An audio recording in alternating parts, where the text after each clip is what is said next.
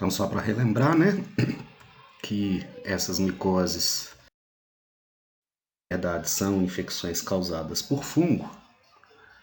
Continuando aqui, a gente tem três tipos, ou a gente pode classificar de forma geral as micoses em três tipos de doenças. Né? Então, a gente pode ter, no caso, as micoses que nós chamamos de alérgicas. Essas micoses alérgicas, elas vão ter como princípio uma interação entre o hospedeiro que já foi sensibilizado pelo antígeno do fungo. Então, o sistema imunológico já agiu, né? E numa reinfecção, o sistema imunológico ele já tem uma ação mais potente contra aqueles antígenos. Então, provoca essas reações alérgicas aí.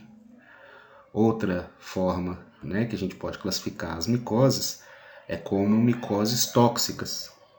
Quando a gente fala em micose tóxica, geralmente isso acontece pela ingestão de alimentos que estão contaminados com esses fungos. Né? Então, tem alguns esporos, esse alimento está contaminado, a pessoa ingere esse alimento e aí ela acaba tendo uma reação tóxica. Né? Então, esses fungos, eles podem ser microscópicos, e aí é quando a gente ingere um alimento e a gente não vê que ele está contaminado por esses esporos, por esse fungo, e aí esse fungo dentro do organismo ele começa a produzir as micotoxinas, que são as toxinas produzidas por fungos. E essas toxinas acabam intoxicando, né? Um tipo de intoxicação alimentar. E existe também uma micose tóxica, que é quando a pessoa ela vai ingerir os fungos macroscópicos, né? Aqueles cogumelos. Às vezes a pessoa ela come o cogumelo sem saber que aquele cogumelo apresenta uma substância tóxica e pode ser fatal nesse caso. E o último tipo de micose que a gente tem é o que a gente chama de micose infecciosa. Nesse caso, o fungo ele vai ser reconhecido como um patógeno. Né? Então ele vai ser reconhecido como um ser capaz de provocar uma doença. E aí ele vai ser considerado oportunista. Por quê? Por que oportunista? Porque nós vimos, né, que os fungos eles têm essa proximidade com o ser humano. Às vezes fazem até parte da microbiota normal do ser humano. E aí ele se aproveita de uma daquelas formas que a gente viu anteriormente. Né? A gente vê que ele pode surgir depois de uma terapia usando algum medicamento ou pessoas imunodeprimidas. As micoses acontecem muito, né? A maioria delas. A gente já falou isso. Porque o reservatório, né? O homem ele é um reservatório natural dos fungos. Então, quando eu falo que o reservatório habitual dos fungos que infectam o homem, aonde esses fungos estão, que eles têm essa facilidade de nos infectar, né? Então, a gente viu que os fungos eles podem estar no próprio homem, né? Eles fazem parte da própria microbiota normal. Esses fungos, eles podem estar presentes em animais, e aí a gente, quando tem contato com esses animais, a gente pode acabar sendo contaminado por esse tipo de micro-organismo. E eles podem estar até no próprio ambiente, no próprio solo, na água, como a gente falou anteriormente, né? As micoses, elas vão ser classificadas. Para que isso? Mais para ficar didático mesmo o entendimento, né? Para facilitar o entendimento. Eu já falei isso várias vezes, isso é uma estratégia que o homem sempre faz, né? A classificação para a gente ela é essencial para que a gente consiga entender, né, o que melhore o nosso entendimento. Mas a gente não pode deixar que a classificação faça com que o nosso entendimento ele fique fragmentado. Tá? Não é porque eu estou classificando que é tudo separado, não. Aqui a gente está falando, né, de todas, ou dando uma ideia geral de doenças que são relacionadas aos fungos. A gente vai só classificar para facilitar o nosso entendimento. Então a gente pode classificar essas micoses como superficiais. E aí o que são micoses superficiais? São aquelas que vão estar na pele e nos anexos. Então são as micoses que vão ficar mais na superfície da pele, mais externa à pele, né? E nos anexos.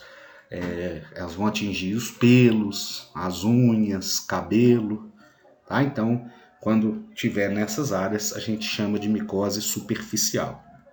A gente tem as micoses subcutâneas, que aí elas vão atingir uma camada mais interna da pele, não, né, propriamente a epiderme, e também os tecidos subcutâneos, que estão ali debaixo, né, da epiderme. Então elas podem pegar ali a derme e áreas mais internas desse órgão. E a gente pode ter as micoses sistêmicas ou profundas. Micoses sistêmicas ou profundas são aquelas que vão atingir os órgãos internos, as vísceras. Neste caso, a patologia ela acaba sendo um pouco mais grave, né? Então, micoses sistêmicas elas merecem uma atenção maior por parte da equipe de saúde. E aqui a gente tem, né, um quadro só para mostrar, e aqui é só mostrar mesmo, as principais micoses e os fungos causadores, né? Então tem algumas que elas são bastante conhecidas. Por exemplo, no caso da micose superficial, a gente tem essa pitiríase versicolor, a gente vai falar dela, tá? São aquelas manchas, pode ser esbranquiçadas, que aparecem no corpo. A gente tem a tínia negra, as pedras, e aí a gente tem a branca e a negra, geralmente vai afetar a unha. A cutânea, a mais comum é a dermatofitose, a gente vai falar dela. E a gente também tem a candidíase, que pode, né, afetar a pele, a mucosa ou as unhas, que é causada pela Candida albicans, que é um fungo que a gente tem maior, ouve falar mais, tá? As subcutâneas, aí a gente pode ter a esporotricose, né? A gente vê que os nomes são muito bonitos, né? As endêmicas, então a gente tem a coccidio, oidomicose, histoplasmose, e a gente tem as oportunistas, que é a candidíase sistêmica, criptococose, aspergilose. Então a gente tem vários tipos de micoses, né, que atingem o ser humano, e aqui são os agentes causadores, né, os fungos que causam aí. Então, nessa aula de hoje a gente vai dar mais foco, né, a gente vai só exemplificar. Então a gente vai falar da malacésia e vamos falar também, né, da dermatofitose, então que está relacionado aos microsporum, as tricofitons, epidermotofiton. Então, para cada micose, a gente vai ter um agente, tá? Lembrando que essas micoses, elas ocorrem, né, na maioria das vezes, algumas são muito comuns, mas na maioria das vezes, por situações que não são, vamos colocar assim, normais, né? O tratamento com medicamentos, imunodepressão. Então isso facilita muito a manifestação desse tipo de associação que o fungo tem com o ser humano e acaba causando alguma condição que não seria normal.